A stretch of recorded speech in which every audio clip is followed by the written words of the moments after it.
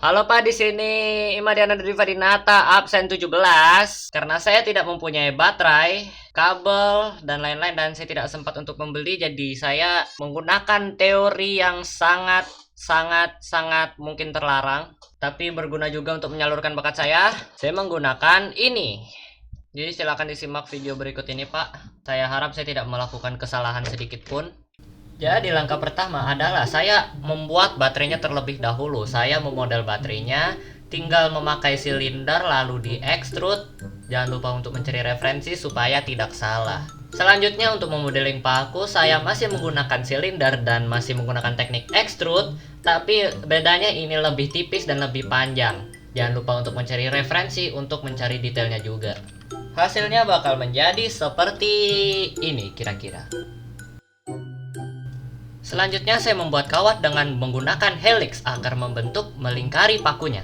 Tapi ini juga membuat saya sedikit kesulitan untuk unwrap UV-nya. Kenapa? Karena bentuknya melingkar dan sedikit tidak aturan poligonnya. Yaitu cukup berhasil membuat saya kesulitan untuk unwrap UV-nya. Selanjutnya adalah kawat tapi yang berhubungan dengan baterai. Maksudnya di sini adalah yang menempel pada baterai. Dan ini saya menggunakan line, menggunakan sebuah garis, dan saya cukup membentuknya seperti kawat. Dan ini ya lumayan mudah lah ya. Dan bagian bawahnya juga ya sedikit lebih sulit, tapi masih tergolong gampang kok, tenang. Kendala saya di sini adalah untuk membuat kawatnya menjadi seperti memang benar-benar kawat, tidak asal-asalan untuk membentuk sebuah line doang, sebuah garis. Dan sampai sini saya sepertinya harus mereka ulang hasil pekerjaan saya dan harus saya memposisikan kembali paku dan baterainya agar terlihat lebih stylish lah, lebih bagus lah. Membuat ulang kawat ya tidak terlalu buruk untuk mengulangnya. Setelah ini kita bakal meng-unwrap UV-nya, tapi karena recordingnya error, saya langsung ke pemberian warna saja ya. Ini bagus gak? Sesuai realistis gak sih? Agak metal, agak emas nih kelihatannya tuh. Apa ya? Bagusnya apa ini apa? Enggak paku. Bahan paku itu besi ada karat-karatnya. Kalau ada kelas-kelasnya mungkin nggak bisa dia cuma putih gitu. Iya sih. Selanjutnya adalah proses pemberian material atau sebut saja pemberian warna. Pemberian material itu bisa dikatakan sebagai memberikan sebuah tekstur atau memberikan sebuah seperti paku itu terlihat seperti besi yang benar-benar berwujud seperti paku, dan kawat seperti kawat, dan baterai berwujud seperti baterai pada umumnya. Ini kawat. Ini kawat, bukan kabel. Iya kawat, Apa bahannya? tembaga. Apa bahasa Inggrisnya? Copper? Ya copper. Copper? Okay, let me see if I can find some copper here. Oh, I see. Nah, itu contoh kendala saya saat memberikan material kepada sang kawat, paku, dan baterai tersebut, yaitu kesusahan untuk mencari sebuah material tersebut. Dan kesusahan saya atau kendala saya yang selanjutnya adalah sulit untuk memvisualisasikan wujud baterai itu seperti apa. Karena saya sudah lama tidak melihat baterai, saya lupa bagaimana wujud baterai tersebut. Open the group and let's just chamfer this man. Jadi di sini adalah bagian saya untuk memperbaiki baterainya agar terlihat benar-benar seperti baterai, walaupun tidak cukup terlihat seperti baterai, tapi ya sudahlah, anggap saja ini adalah baterai. Oke, kembali ke proses pewarnaan lagi atau pemberian material lagi, dan seperti biasa saya sedikit kesulitan untuk mewarnai baterainya atau memberikan baterai itu sebuah material, tapi ya Astungkara sudah bisa mewarnai ya.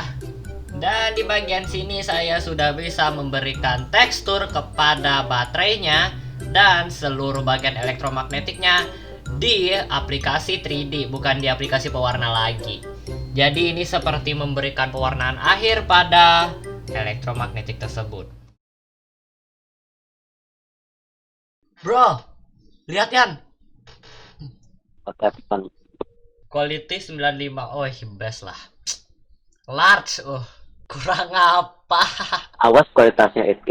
Kualitas 8K dikasih ke gurunya. Aduh, apa ini kok foto gede gini kualitasnya? Dan kira-kira hasilnya seperti ini. Oke, kita menuju ke teori magnet. Jadi, ada 3 cara untuk membuat magnet, yaitu dengan cara menggosok, induksi, dan elektromagnetik. Elektromagnetik itu dimana sebuah paku yang diikat oleh kawat dan disambungkan ke baterai untuk mendapatkan energinya. Jadi cara kerjanya gini. Oke, di sini sudah ada projectnya ya. Jadi di sini bagian baterai yang positif akan mengalir ke paku bagian atas, yang artinya di sini bakal jadi bagian positifnya. Sedangkan yang di bawah negatifnya akan menjadi bagian negatif pada pakunya juga, cuy. Oke, contoh. Ini kita lock dulu dah. Kita lock dulu. Jadi misalkan saya tambahkan lagi pakunya di bawahnya yang kecil. Jadi kita tambahkan paku yang di sini kecil ya, kecil. Otomatis ini akan menempel pada ini. Kenapa? Karena ini adalah kutub selatan, sedangkan yang ini otomatis sudah menjadi kutub utara. Kenapa?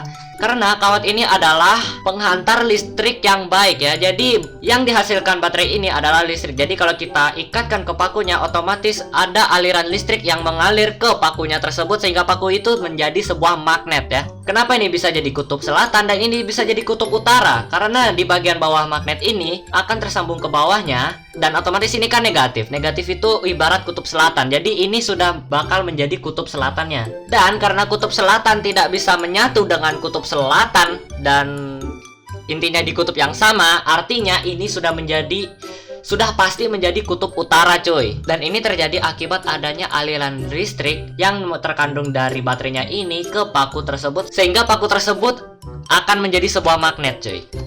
Begitu ya. Oke, segitu saja teori dari saya mengenai elektromagnetik yang dibuat 3D oleh Nandiva Adinata. Semoga kalian suka. Kalau ada teori yang salah, mohon dimaafkan. Terima kasih yang udah nonton video tugas ini sampai habis. Seperti biasa, jangan lupa like, comment, dan share video ini. Yang belum subscribe, silahkan subscribe. Sekian dari saya, terima kasih.